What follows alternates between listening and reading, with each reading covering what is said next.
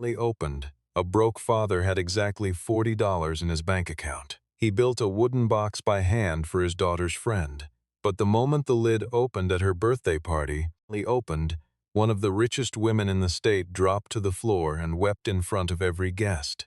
Why? Because inside that box was a secret she thought had burned to ashes 3 years ago. Lee opened. Stay till the end. You will not see this twist coming. If you believe a handmade gift can hold more love than anything money can buy, hit that like button right now. And subscribe. Lee opened. Because what happens next will stay with you long after this video ends. Daniel Foster had exactly $40 left in his checking account. And his daughter's best friend's birthday party was 6 days away. Lee opened. He sat at his workbench in the small shed behind his rented house on the outskirts of Charleston, turning a block of reclaimed oak in his calloused hands. Sawdust drifted through the late afternoon light. Lee opened. On the wall hung a photo of his daughter Lily at 4 years old, laughing on his shoulders. Taken the year before her mother walked out and never came back. 4 years had passed since then. It had been just the two of them ever since. Lee opened. Lily was 8 hair, freckles, and a sketchbook of birds she carried everywhere. Her best friend was Sophie, daughter of Vivian Ashford Cole, one of the wealthiest women in the state. Lee opened, owner of a real estate empire spanning 3 coastlines. The gap between their families' bank accounts was enormous. The bond between the two girls was bigger. Lee opened. Sophie's 8th birthday was being held at the Ashford Cole estate. A swan-shaped fountain, a circular driveway, a ballroom big enough to swallow Daniel's entire house twice over. Lee opened. Lily had already promised Sophie the best she'd ever get. I don't have money for a gift like the other kids will brings. Daniel told her gently one evening, wiping grease off his hands. Work was slow. Rent was due. Lee opened. He'd been putting off buying himself new work boots just to keep gas in the truck. Lily looked up at him with the kind of faith only a daughter has. You don't need money, Daddy. You have hands that make anything. Lee opened. Alone in the shed that night, staring at leftover wood scraps, an idea began to form. Sophie loved birds too. Lee opened, and Daniel remembered something his own father had taught him before he passed. How to carve a small wooden music box with a tiny mechanism that plays a melody. He'd learned it as a teenager in a free community class. Lee opened, taught by a quiet man who once said something Daniel never forgot. A gift built with your hands carries a piece of hurt inside it. Machines can't do that.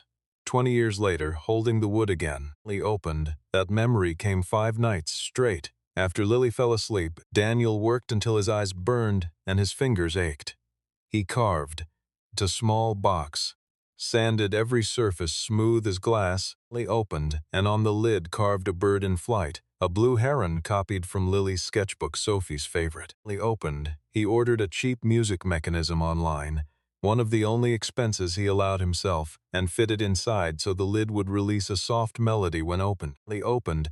He stained the wood honey-warm and lined the inside with scraps of blue jacket. It wasn't fancy. It wasn't expensive, but it was made entirely by hand, late into the night, out of love. Lee opened. On the day of the party, Daniel drove Lily up the long driveway in his old pickup, parking awkwardly among a row of luxury cars worth more than he'd earn in a decade. Lily clutched the small wrapped box the entire ride, beaming. Lee opened. The party was staggering.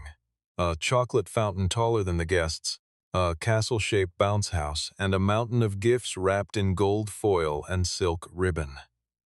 Daniel felt out of place among the designer suits. Lee opened, but kept his chin up, resting on Lily's shoulder. Vivian Ashford Cole greeted guests at the entrance, elegant, polished, distant.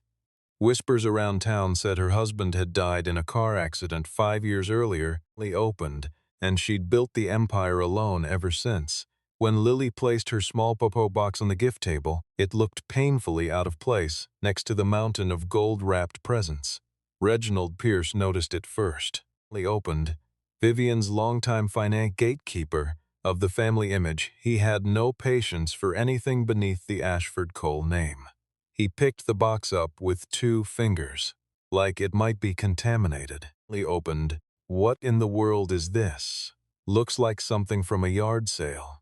A few guests chuckled, but he said nothing, his hand steady on Lily's shoulder. Lily wasn't embarrassed shoulder. Lily wasn't embarrassed at all. Lily opened. She marched up and took the box gently from his simply. So it's the most special one here. Her confidence silenced a few guests. Reginald only smirked and walked off. Lily opened.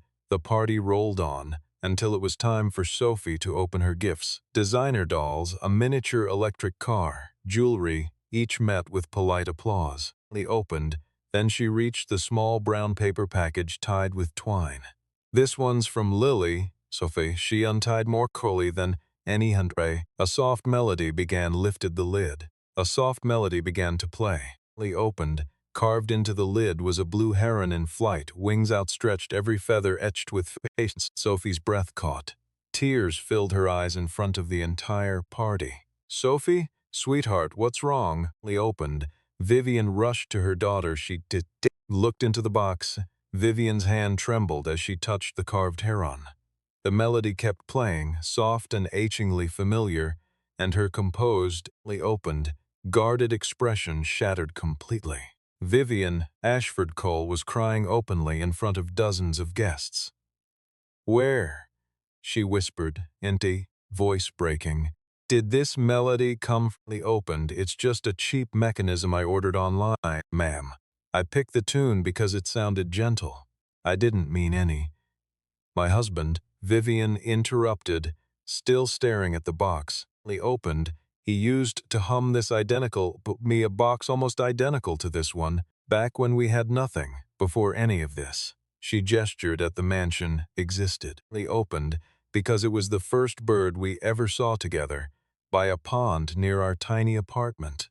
I lost that box in a fire 3 years ago. I thought it was gone forever. Lily opened. The entire party went silent, as sobbing, clutching her daughter and the small wooden box to her chest. I had no idea her. Daniel said quietly, kneeling beside her. Lily opened. I just wanted to give Sophie something made with love, the same way I'd make something for my own daughter. I didn't know the melody meant anything. Vivian looked up at him, her guard completely gone. Lily opened, replaced with something raw and grateful. You built the same thing my husband once built me, out of the same love, for the same reason. That's not a coincidence. That's something deeper. Lily opened. That's when Reginald, uncomfortable with the emotional turn, tried steering things back. Vivian, perhaps we should move things along. The caterers are waiting, he said stiffly. But Vivian stood, wiping her tears. Lily opened, her voice suddenly firm. Reginald, I want you to know something. Lily opened. For months I've suspected you've been steering vendor contracts toward company corn projects that carry husbands. I held off because I wasn't name. I held off because I wasn't sure. Lily opened, but watching a man build something out of nothing but love, while you mocked him for not spending enough, made everything clear. Security. She turned Mr. Pierce tonight. Escort Mr. Pierce out.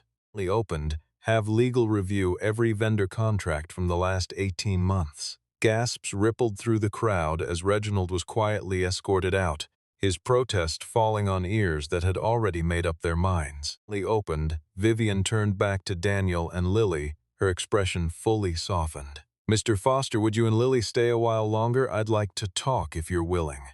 They sat on the estate's back veranda long after the party ended. Lily opened. Sophie and Lily playing nearby with the music box, opening and closing the lid again and again to hear the melody. Vivian told Daniel about her late husband, a man who'd started with nothing, much like him. Lily opened, before building the empire that made her one of the wealthiest women in the state. She told him how, somewhere in the years of growing a business, she'd lost touch with the simple, handmade love that once defined her life. Lily opened, I want to help you, and not because I owe you anything. Not out of pity, I want to invest in your carpentry. A real workshop, tools, whatever you need. Lily opened, work like yours deserves to be seen by more than just your neighbors. Pride and caution warred in Daniel's chest, the same pride that had carried him through 4 hard years raising Lily alone. He opened, but watching his daughter laugh with Sophie on the veranda steps, the music box playing its gentle melody one more direction, accepting help wasn't weakness. It was letting love flow in more than one direction. I'd like that. He opened, he finally said thank you. 6 months later, Daniel Foster's small carpentry shop had grown into a proper workshop on the edge of Charleston, funded in part by Vivian's investment but built entirely on his own hands and reputation. He opened, he specialized in handmade music boxes now, each carrying the same lesson that changed: bought with money. The most valuable gifts are never bought with money. They're built with time, patience. He opened, and love, friendship, no longer defined by the gap between their families, but strengthened by something far more enduring. And Vivian Ashford Cole, once known for her guarded composure, opened, was seen smiling more and more, really smiling, especially on the afternoons she spent at Daniel's workshop. Watching him teach a new generation of children, including her own daughter, opened, how to carve something simple and true with their own two hands. Sometimes the most best gift isn't the one bought from a store. It's the one built with someone's sleepless nights and the depth of their heart. A wooden box, opened, and a mother's buried grief, breaking open in a single moment. If this story touched you even a little, opened, tell us in the comments what handmade gift has ever moved you to tears. And don't forget to subscribe for more stories like this one.